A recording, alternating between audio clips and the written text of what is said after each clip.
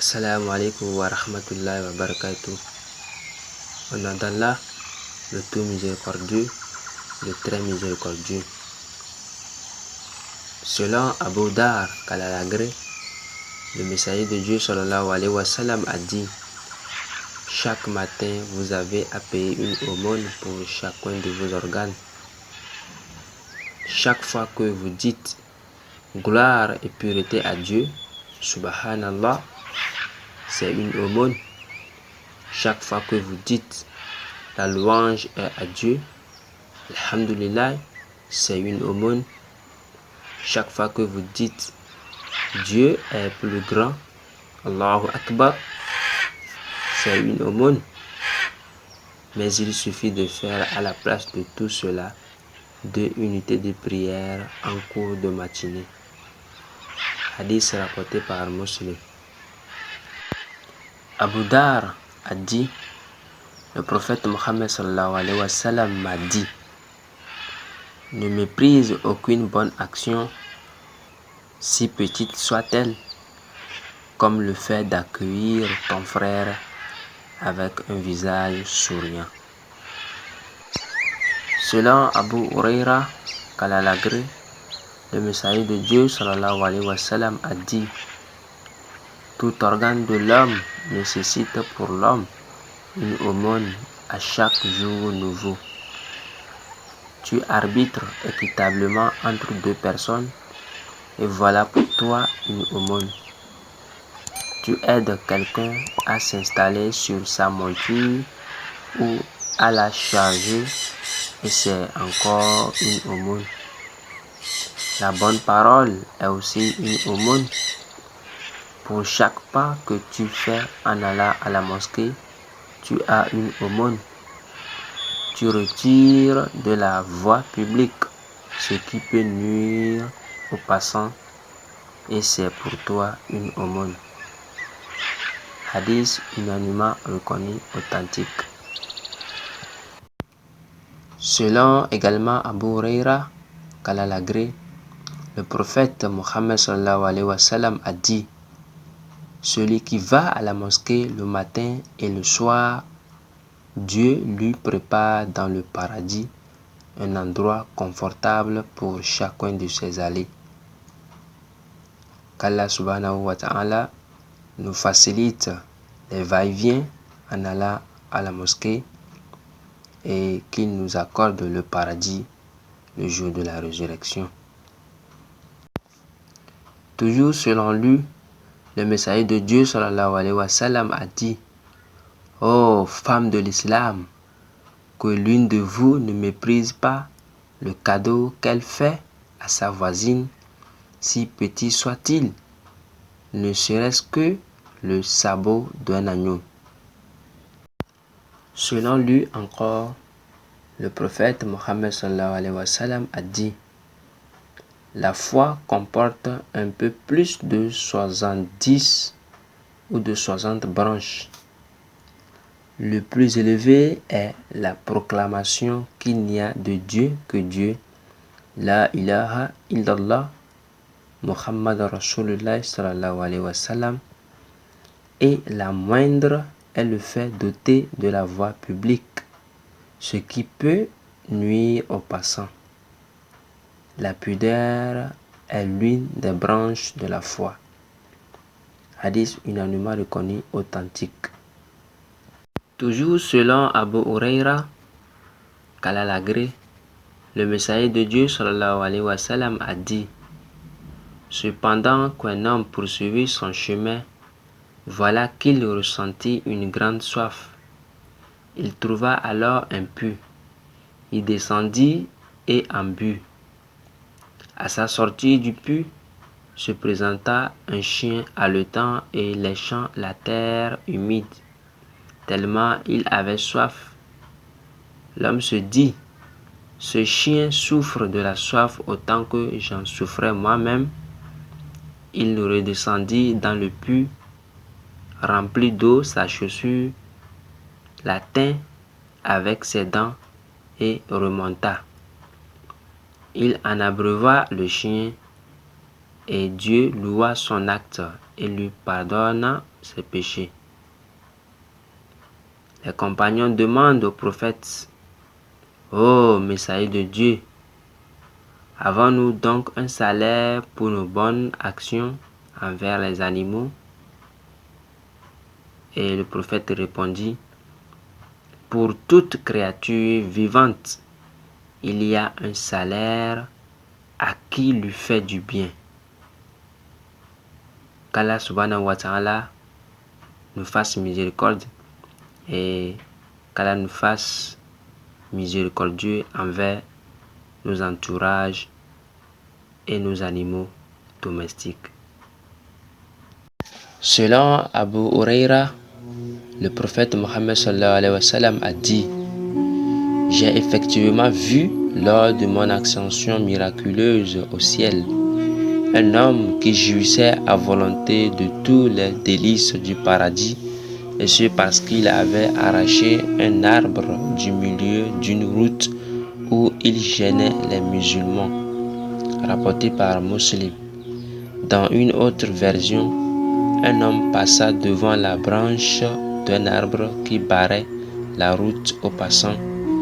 Il se dit: Par Dieu, je vais enlever cette branche pour qu'elle ne nuise plus aux musulmans. Il fut introduit pour cela au paradis. Dans une autre version également, cependant que quelqu'un poursuivait sa route, voilà qu'il trouva une branche épineuse qu'il en retira. Dieu, exalté, loua son acte et lui accorde son absolution. Ce hadith nous fait savoir que aucune bonne action n'est minimisée devant le bon Dieu exalté et qu'il est recommandé de faire les bonnes actions, peu importe la grandeur de cette action. Qu'Allah subhanahu wa ta'ala nous assiste et qu'il nous aide à le faire davantage.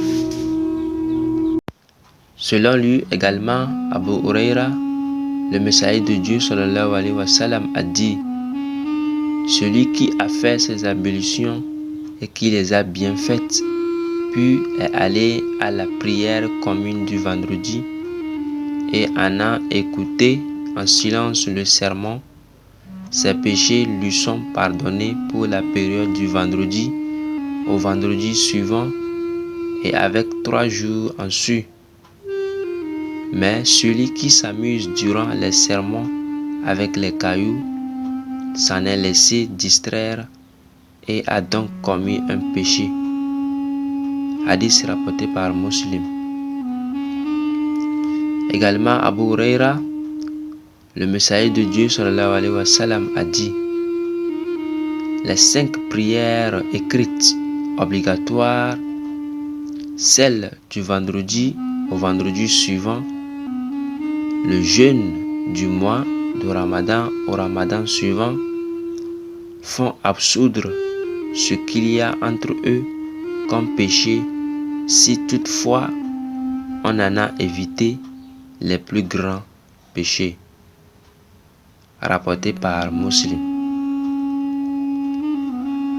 Les plus grands péchés, ici, c'est le fait d'associer quelque chose à Allah subhanahu wa ta'ala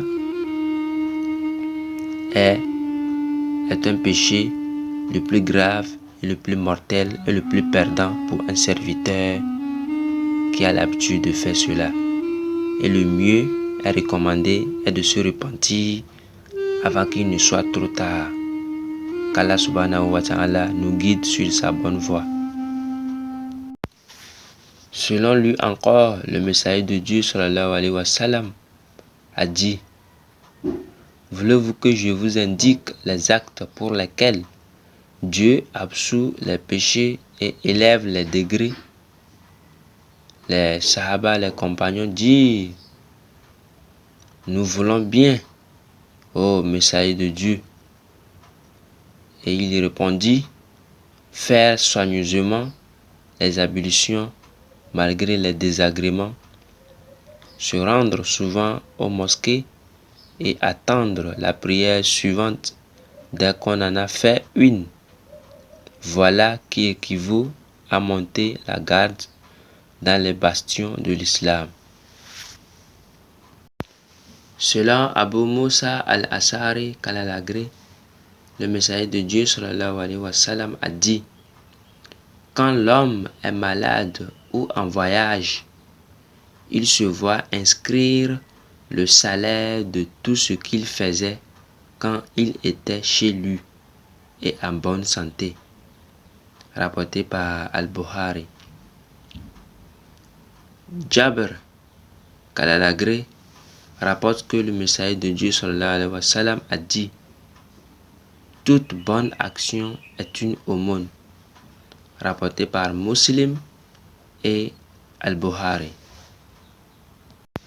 Selon Jabr, le messager de Dieu sallallahu alayhi wa sallam a dit: toutes les fois qu'un musulman plante un arbre, il se voit inscrire une aumône pour tout fruit qu'on en mange. Même ce qui est volé ou ce qui s'en perd est compté pour lui comme une aumône. Dans une autre version de Muslim, toutes les fois qu'un musulman plante un arbre et qu'un être humain, une bête ou un oiseau en mange, il se voit inscrire autant d'aumônes jusqu'au jour de la résurrection. Dans une autre version, toutes les fois qu'un musulman plante un arbre ou sème un champ et qu'un être humain, une bête ou autre en mange, il se voit inscrire autant d'aumônes. Qu'Allah subhanahu wa ta'ala nous facilite la compréhension.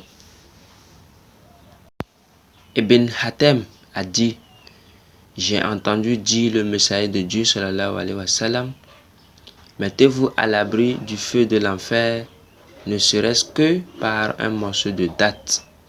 Hadith unanimement reconnu authentique. Ce hadith nous recommande de faire du bien, ne serait-ce que le fait de donner un morceau de date à ton prochain ou toute autre chose. Qu'Allah subhanahu wa ta'ala nous assiste. Selon Anas, qu'Allah l'agrée, le messager de Dieu sallallahu alayhi wa sallam a dit: Dieu est assurément satisfait de celui qui mange quelque chose et lui en rend grâce, ou boit quelque chose et lui en rend grâce. Rapporté par Muslim. Ce hadith nous recommande de dire Alhamdulillah, Alhamdulillah, Alhamdulillah. Qu'Allah nous facilite la compréhension. Selon Abu Musa, qu'Allah l'agrée, le prophète Mohammed sallallahu alayhi wa sallam a dit: chaque musulman est redevable d'une aumône. On dit: et s'il n'en a pas les moyens, il dit: il travaille de ses deux mains, il se fait ainsi du bien à lui-même et peut faire l'aumône. On dit: et s'il n'en est incapable, il dit: il aide autrui à atteindre ce qui lui tient à cœur. On dit: et s'il en est incapable, il dit: il prescrit le bien. On dit: et s'il ne le fait pas, il dit: il s'abstient de faire le mal et c'est déjà pour lui une aumône. Hadith unanimement reconnu authentique. N'oubliez surtout pas de vous abonner et d'activer la cloche de notification pour ne manquer aucune de nos prochaines publications.